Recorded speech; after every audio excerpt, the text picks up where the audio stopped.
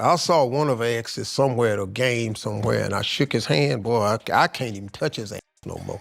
I better not acknowledge him or look at him or nothing no more. So I'm off limits. Just remember that you're the prize always. Say that one more time. Just remember that you are the prize. Yes. That's like his golden slogan for me. Yeah. I go back and forth between wanting partnership and then not knowing what's the best partner for me. And the worst part is the loneliness that comes with that. So Steve and Lori Harvey just got exposed for low-key hating on Michael B. Jordan, which is crazy when you remember Lori and MBJ broke up 4 years ago, and she's now dating Damson Idris again. So why are they so pressed about Michael? As you all probably heard by now, Michael B. Jordan won his first Oscar for his role in Sinners, and while he was getting a standing ovation from the entire room, Steve and Lori were hating from the sidelines. And Lori didn't even want to attend the Oscars, so her boyfriend Damson had to show up by himself. Now remember, just weeks before the Oscars, that random dude at the BAFTAs screamed the N-word at MBJ on live television, and Steve had nothing to say about that either, and now we know why. Turns out, Lori actually gave Steve one specific order. You are not allowed to be kind to Michael B. Jordan, ever, in public, for any reason. So while the rest of Hollywood was celebrating MBJ's biggest night, Steve had to sit there with his lips sealed because his daughter told him to. And honestly, the timing couldn't be worse. Because this isn't just about an Oscar win anymore. This is about basic human decency. When a black man gets called the N-word on an international stage, you show up for him, period.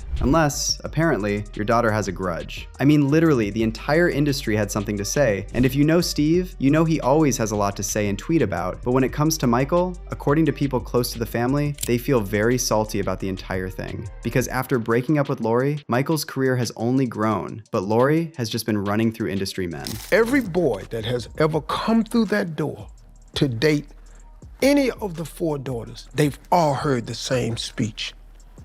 Hey man, listen to me. This could last, this might not last. So as you all know, about a month ago, Michael B. Jordan and his Sinners co-star Delroy Lindo got called the N-word while presenting an award at the BAFTAs in London. Delroy and I are delighted to be presenting the first BAFTA of the night for a vital part of movie making. We're here to celebrate. Now, at first it seemed like it was just an awkward movement, because the man who shouted the word, John Davidson, has Tourette syndrome. However, it was later revealed that the BAFTAs not only sat Davidson in front of a microphone, but they chose to keep that moment in the ceremony, which was pre-recorded. So they allowed the viewers at home to watch Michael B. Jordan and Delroy Lindo get humiliated on a global stage, and that was definitely a choice. Delroy also later said no one from the BAFTAs had the decency to check on them after the incident, which made fans wonder if the whole thing was scripted to humble the Sinners cast. And while almost all of MBJ and Delroy's peers in the industry showed their support or called out the BAFTAs, Steve Harvey said nothing. And then the Oscars happened, and the situation got even messier. Michael B. Jordan made history and won Best Actor for Sinners, beating out Timothée Chalamet, Leonardo DiCaprio, and Ethan Hawke. MBJ was visibly emotional accepting the award. He shouted out his mom and his dad, who flew in from Ghana just to be there. He thanked Ryan Coogler, his collaborator for over 5 movies, and he acknowledged the greats that came before him. Yeah, mama, what's up? Y'all know how I feel about my mother and my father's here. Your pops, where you at? My dad came in from Ghana. He flew in from Ghana to be here. For believing in this dream, this vision of Ryan Coogler, and betting on the culture and betting on original ideas and original artistry. And you're an amazing, amazing person. I'm so honored to call you a collaborator and a friend, and you gave me the opportunity and space for me to be seen. Staying here because of the people that came before me. Sidney Poitier, Denzel Washington, Halle Berry, Jamie Foxx, Forrest Whitaker, Will Smith, and to be amongst those giants, amongst those greats, amongst my ancestors, amongst my guys. Thank you, everybody in this room and everybody at home for supporting me over my career. I feel it. I know you guys want me to do well, and I want to do that because you guys bet on me. So thank you for keep betting on me.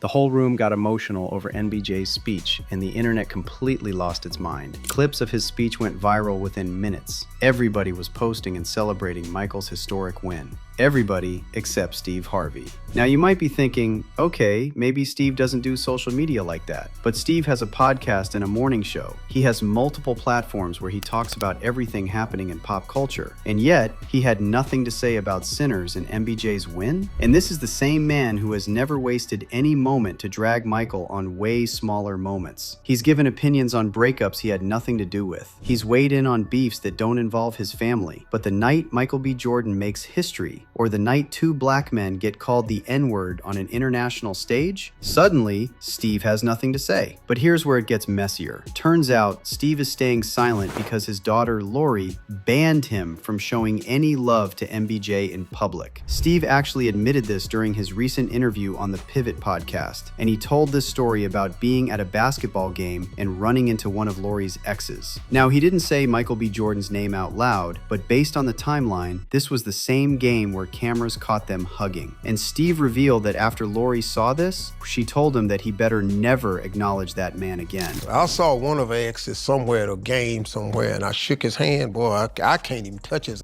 no more. I better not acknowledge him or look at him or nothing no more. So I'm off limits. If you are ex, your ex is my ex too. Steve explained that if you date Lori and then you become an ex, you're not just her ex anymore. You're Steve's ex too. So Steve can't even acknowledge MBJ in public anymore. And if he's accidentally polite to him, Lori gets in his face about it. Lori, boy, she be in my ass. I can't make no mistakes. I can't make stuff. The rule in our house is any boy that's an ex, he's now my ex too. I must hate him like we was dating.